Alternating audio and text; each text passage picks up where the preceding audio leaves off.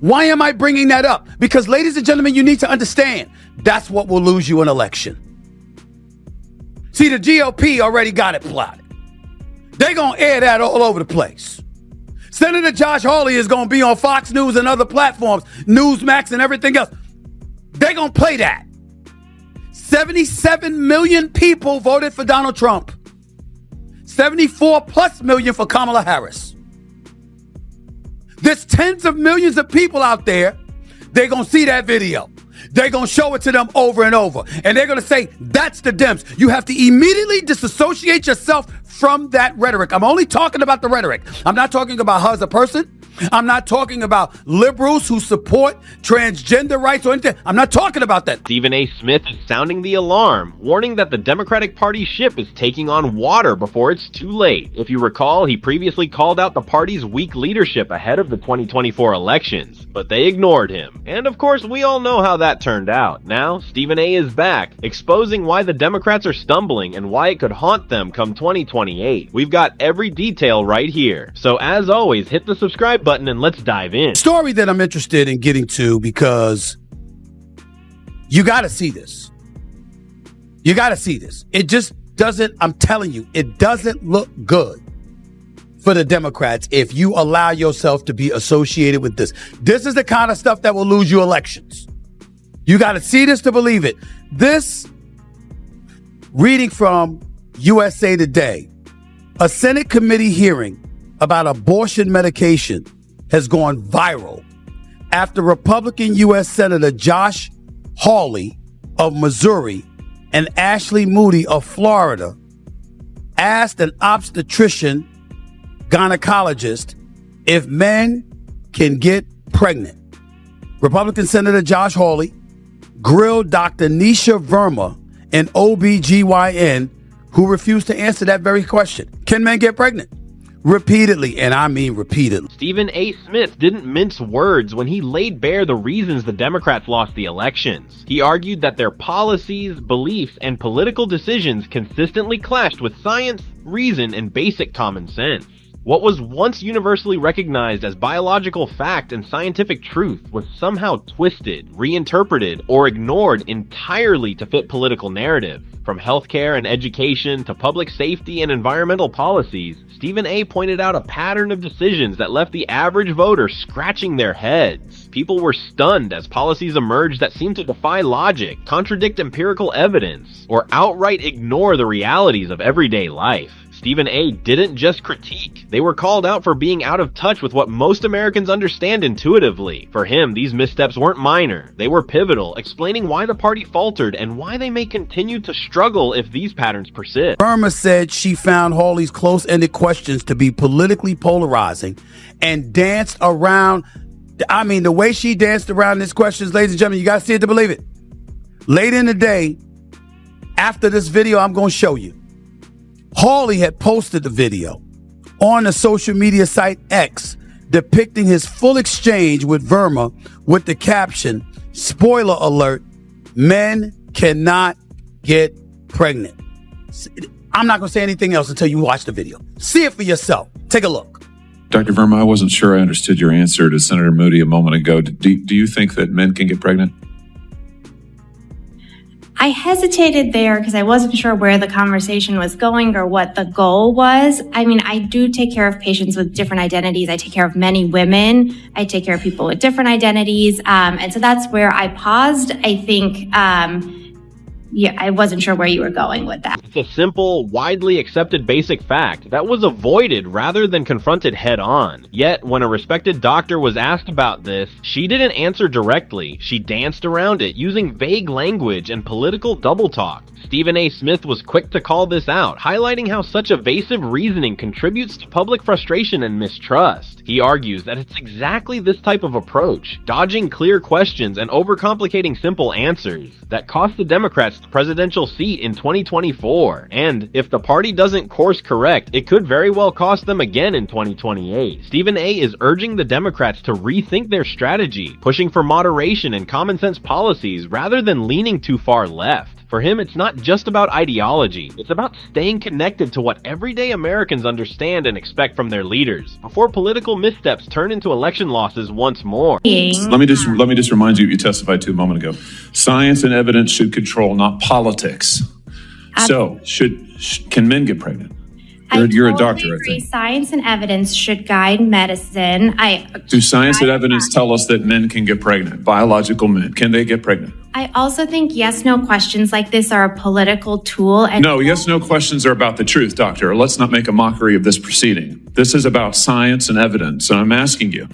The United States Supreme Court just heard arguments yesterday at great length on this question. This is not a hypothetical question. This is not theoretical. It affects real people in their real lives. And you're here as an expert, called by the other side as an expert. And you've been telling us that you follow, right, you're a doctor, and you follow the science and the evidence. So I just want to know, based on the science, can men get pregnant? The respected doctor made a simple, rational point. Policies and decisions should follow science and reason, not political agendas. But when Senator Josh Hawley pressed her to stick to her own words, the exchange highlighted a larger issue Stephen A. Smith has been warning about for years. According to Stephen A., there's a troubling habit of turning even straightforward issues into political messaging. What should be objective, evidence-based, and straightforward is often twisted or filtered through a political lens, leaving ordinary Americans confused and frustrated. Stephen A. argues that this constant politicization erodes trust, makes reasonable debate nearly impossible, and alienates voters who just want leaders to make sense. It's not about partisanship, it's about common sense and consistency. For him, the left's tendency to prioritize ideology over reality is a core reason for their missteps and losses, and unless they recalibrate, it could continue to haunt them in future elections. You cannot have that. As a Democratic Party, you cannot be associated with that. I'm talking about an unwillingness and an inability to answer the question. If you think men can get pregnant and you think you have scientific data to back that up, say so. If you don't have the scientific data to back it up, and you're purported to be a scientist, Dr. Nisha Verma, and the question is asked and you don't have proof to validate that men get pregnant, can men get pregnant, then the answer would be no. She refused to answer the question. That cannot happen. Stephen A. Smith's advice to the Democratic Party is blunt and straightforward. If they claim to have science and data backing their positions, then they need to put it on the table, clearly, confidently, and without hesitation. And if they don't have the evidence, Stephen A. argues they should be honest enough to admit it. No spin, no word games, no hiding behind vague language. According to him, this is exactly what Americans are demanding right now: transparency, truth, and facts. Voters are tired of being lectured, confused, or emotionally manipulated when simple answers would do. Stephen A. believes the party has lost touch with that reality, choosing vague messaging and careful wording over clarity and honesty. He warns that this approach doesn't just frustrate voters, it drives them away. If Democrats want to rebuild trust and win future elections, Stephen A. says the path is clear. Lead with facts, respect intelligence, and tell the truth even when it's uncomfortable. Why am I bringing that up? Because, ladies and gentlemen, you need to understand that's what will lose you an election. See, the GOP already got it plotted. They're going to air that all over the place.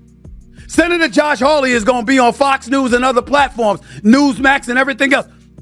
They're going to play that. 77 million people voted for Donald Trump. 74 plus million for Kamala Harris. There's tens of millions of people out there. They're going to see that video. They're going to show it to them over and over. And they're going to say, that's the Dems. You have to immediately disassociate yourself from that rhetoric. I'm only talking about the rhetoric. I'm not talking about her as a person.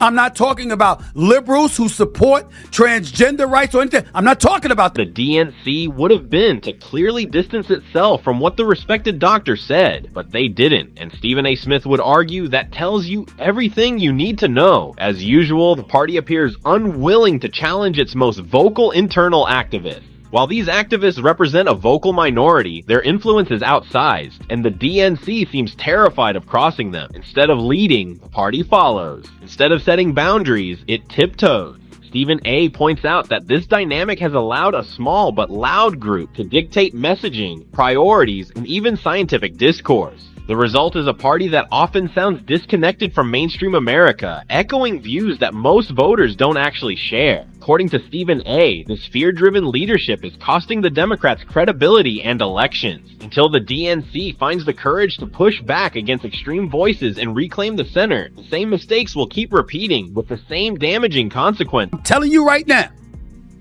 if you embrace that kind of nonsense, where somebody is in front of the camera or on Capitol Hill or the combination of both, and they can't acknowledge something that simple, you've already lost. Because Trump and the right are going to sit up there and say, is that what you want our country to become? Is that what you want our country to stand on? That's the reason I brought that up. Stephen A. Smith explains that the DNC is effectively playing right into Donald Trump's hands. By refusing to clearly distance itself from controversial statements, the party is handing Trump a ready-made campaign weapon. Stephen A. argues that Trump won't even need to twist the narrative. He can simply replay the doctor's own words and let them speak for themselves. Those clips, repeated endlessly on the campaign trail, will be used to paint the Democratic Party as out of touch, evasive, and unwilling to acknowledge basic realities. According to Stephen A., this is exactly the kind of political ammunition Trump thrives on. Instead of neutralizing the issue early, the DNC allowed it to fester, turning a moment of confusion into a long-term liability. Stephen A. warns that this kind of strategic miscalculation doesn't just hurt messaging, it shapes public perception, and once that perception sets in, it becomes nearly impossible to undo during a heated election cycle. Now, the right is reeling, no matter what they say. No matter what they say. You still haven't finalized addressing the Affordable Care Act subsidies. Healthcare is still, price for healthcare is still expected to skyrocket. Price for insurance, price for products throughout this country. We're looking at inflationary times. The value of the dollar is dissipating before our very eyes. Things need to happen. Things need to get done.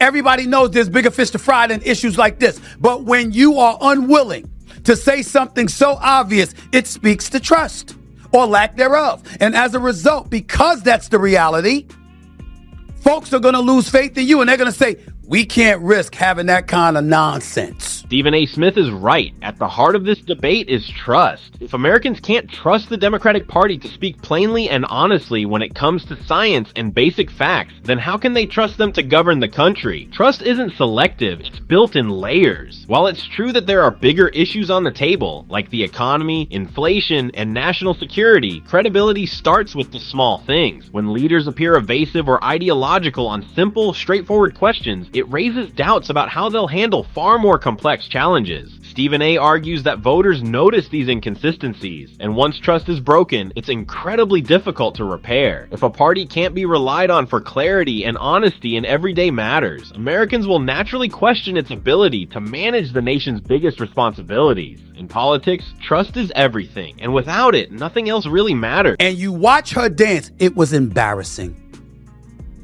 It was embarrassing.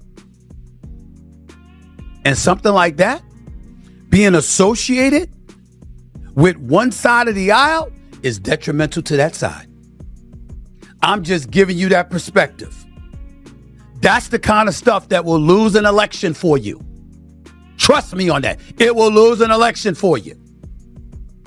When you've got Trump and the administration reeling because public opinion ain't on his side because of the way and the how in which they're doing certain things, causing chaos in the streets. One would easily argue that's what happened in 2020. According to Stephen A. Smith, the DNC missed a clear opportunity to capitalize on Donald Trump's missteps and win over public support. He argues that the optics of ICE agents patrolling streets play poorly for the GOP, especially as more people voice concerns about aggressive encounters and heavy-handed enforcement. Stephen A. notes that these moments have the potential to shift public opinion, particularly among independents who are uneasy with confrontational imagery and tactics. In his view, this was a political opening the Democrats should have seized, highlighting compassion, order, and common sense reform. Instead, Stephen A. says the party squandered the moment by obsessing over ideological battles and anti-scientific narratives that alienate average voters. Rather than focusing on kitchen table issues and strategic contrasts, the DNC drifted into distractions that blunted their message. Stephen A's point is simple. When the opposition stumbles, you don't change the subject, you make the case clearly and credibly. But even then, George Floyd happened. And the racial reckoning that existed in this country was coming home. And all of those things happened. And you know what American voters said? You had Republicans with Trump, wouldn't budge. You had liberals on the opposite side that was going to go with Biden, especially after Representative Clyburn got involved and threw his support behind Biden and got him to win South Carolina, and things took off from there. But the real reason Trump lost the election in 2020 is because you had independents out there, or moderates on the left or the right, that said, we don't need this kind of chaos. We don't need this kind of noise. And that is what has been being played very adroitly by the left over the last couple of months. You're gaining traction. You're gaining momentum. You can't have that. In the end, Stephen A. Smith's warning to the Democratic Party is impossible to ignore. The DNC didn't lose ground because of one election cycle or one bad headline. It lost trust by politicizing science, dodging simple truths, and allowing a loud minority to dominate its messaging. The party drifted away from everyday Americans. Stephen A. makes it clear that voters aren't asking for perfection. They're asking for honesty, clarity, and common sense. When the DNC ignores obvious political openings, mishandles public perception, and refuses to confront its own excesses, it hands ammunition straight to its opponents. Trust, once broken, is hard to rebuild, and without it, even strong policy ideas fall flat. As Stephen A. sees it, the path forward isn't complicated. Lead with facts, respect voters' intelligence, reclaim the center, and stop being afraid of internal backlash. If the Democrats fail to course correct now, 2028 could bring a painful sense of deja vu.